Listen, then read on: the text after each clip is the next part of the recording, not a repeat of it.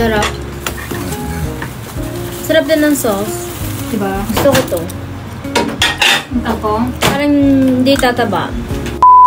Mamimitas tayo guys ng ating kangkong at ang sabi ni Ate Aska ay gusto niya ng tempura. So magte-tempurang kangkong tayo guys. At ang sarap-sarap nila guys. Ang kukuhanin natin yung dahon na malalaki sa ilalim. Ayan. Yung may insekto na kagat, pipitasin natin kasi hindi ito magiging pambenta.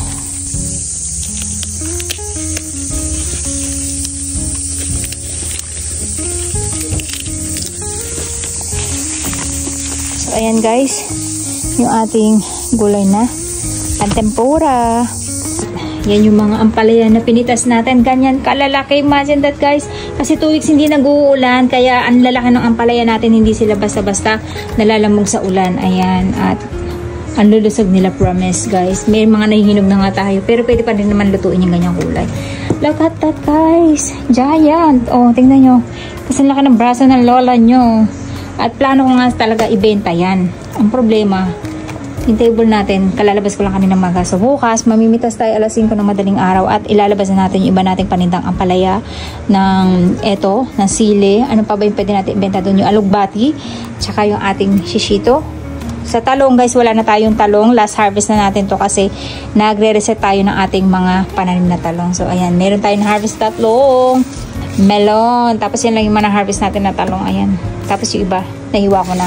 And then, syempre, yung kamatis natin na super tamis. Ayan, guys. Ang dami ng ating pakwan. Pero, isa na lang yung pakwan na natitira natin doon. And then, yung isa natin na ibibigay natin doon sa may-ari ng farm. And then, yung isa yung ibibigay natin sa may-ari nung pinaparkingan natin na kotse. Kaya, ayan. At ito na nga yung ating ititempura, guys. Ito yung ating kangkong. So, alam nyo na kung anong itsura ng kangkong, di ba? Pag tinimpura, ayan. So, ito yung kangkong natin. At hindi ko na pinakita sa inyo kung paano gumawa ng butter. Alam niyo na naman yan. So, ayan. Ito ay harina lang. Tapos may konting, may itlog. Tapos may tubig at yelo. And then ito, dahil nausa tayong cornstarch, ito ay rice flour ang ginamit ko. Ayan. Pwede na lang may stock tayo. And then itong pangko o yung breadcrumbs, gagamitin naman natin yan sa baboy. Yung tempura guys, hindi ginagamitan ng ganito. Ito lang talaga. At saka itong pinaka cornstarch. Hindi ko alam kung isasama natin itong tangkay ng kangkong o katutubuin natin siya ulit kasi plano ko magpadami ng kangkong. Tapos guys, dito sa karne natin, ang gagawin natin dyan ay gagamitan natin siya ng salt and pepper. Ano siya? Bago natin pipit-pitin at hihiwain. Pitin natin siya sa 3. 1, 2, 3. 2 times pa yung volume niya. So, pwede natin ulit yan hatiin. Ayan. Ito na guys yung ating baboy na kinote na natin ng cornstarch. Pero dahil wala tayong cornstarch, rice flour yung ginamit na. Ito naman yung ating talong. Ito naman yung kangkong. Then ito naman yung ating kalabasa. Syempre, fresh from farm din yan guys. At yung ating shishito. Ayan, yung ating sili. Tapos ito naman yung ating Japanese ginger guys o yung myoga. Magsasama tayo. Ito yung na-harvest ko dun sa may likod ng bahay natin. And then kanina sila papa nag-somin. Kaya ayan, nangalahati na lang siya. So kinain niya. Actually bulaklak to guys. Pag namumulaklak siya, yung pinakadahon na ito parang luya. Pag namumulaklak siya, ganito yung itsura at lumalabas siya sa ilalim ng lupa. Kaya para siyang bamboo, no? Tapos, magsasama tayo. Actually, ang dami na ito kahapon. Ayan, kumain sila papa ng somen. Magta-try din tayo magtempura nito. Pero kakalahatiin natin siya para mas malasahan natin siya. Napakasarap nito guys. Pero makakagusto lang nito yung mahilig sa parang healthy. Kasi medyo may pagka-minty na parang may fresh bamboo yung kanyang lasa. Malangaw guys. Alam niyo kung bakit? Kasi ang dami natin pinagkainan ng pakwan na nasa basurahan. Hindi pa nagtatapon si papa. So ayan. Ganito yung itsura niya guys. Ganyan. Para siya talagang bamboo na maliit. Naglalawin na kagad ako. At kailangan maidip natin sila sa harina bago natin sila ilagay dito sa ating butter. Kailangan talaga guys, nilalagay muna natin siya ng cornstarch bago natin siya ilagay dito sa ating butter kasi hindi kakapit yung ating butter sa ating fry. Fry to sa kanila guys actually. Ito yung tinatawag nilang prito. Pero iba yung paraan. Hindi lang salt and mantika ang lahok. May pag ganito. Kaya matrabaho to talaga guys sa totoo lang. So guys, kapag ka magtetempura kayo, lagi niyong uunahin kung ano yung tigas na gulay. For example, itong ating kalabasa. So ayan. Tapos may yellow to guys. Kaya mapapalutong natin. Ayan. Tapos lagay lang natin. Ayan. Para mamaya sunod-sunod na lang yung lagay natin dito sa ating kawali. Okay.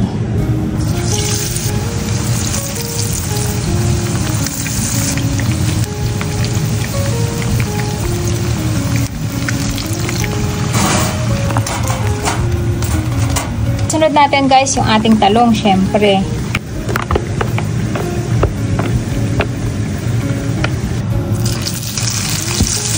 Susunod natin ang ating niyoga.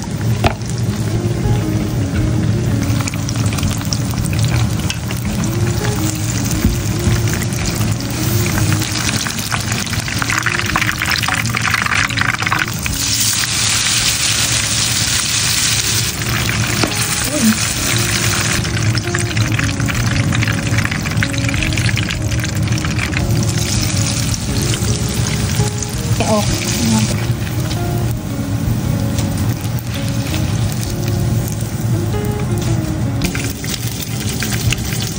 Ang susunod natin gagawin dyan, saka natin ilalagay dito sa ating breadcrumbs. Ayan.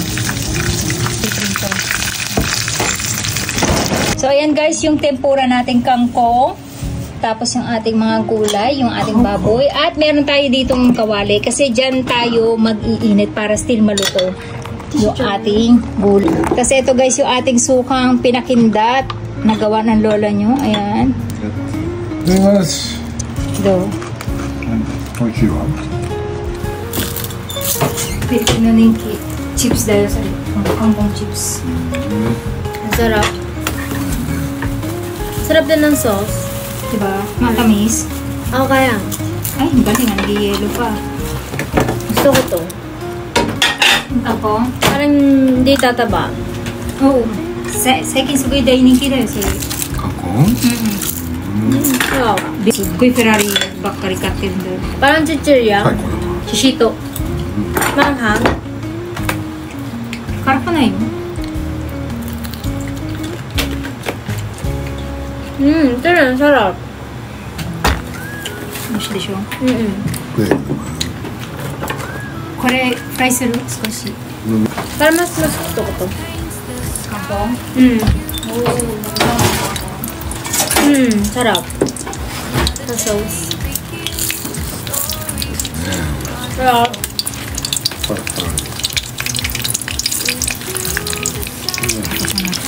Bili-bili nga yun sa atin, malamig naka potato chips na. Mas gusto ko mainit. 観光ちょっとうまいよ。 Naubos na kagad yung kangkong natin, guys. Sarap.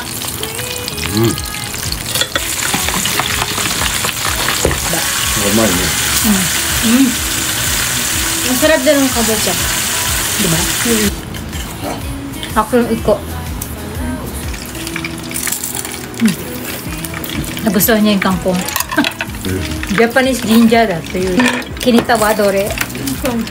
Kangkong, number 1 nagustuhan niya. Papa wa? 観光。 Papa kangkong din. Ako nagustuhan ko unang-una, wild ginger. Kore. Myoga.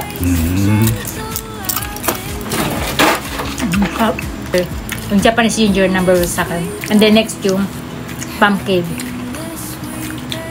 Ang sarap ng laso. Hindi ko ganyan. 観光お腹いっぱいになっても食べられるね。軽いんだね。 Mainit ng nasi. Ang sarap. Ito yung ano natin guys, talong. Init kaya. Yung talong, mahirap talaga itong palutungin kasi matubig, mamoy siya sa loob. Kaya pagkaluto, kailangan kakainin siya kagad. Kinuha ko lang yung kapraso niyang kanin.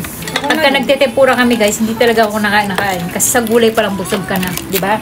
Kasi dagdag mo, jubo. Kumuha pa ako. Ano ba yan? Sayang. Lalo sarap talaga ng myoga. Ginger goma. Wala ko pero kakainin ko yung tonkatsu.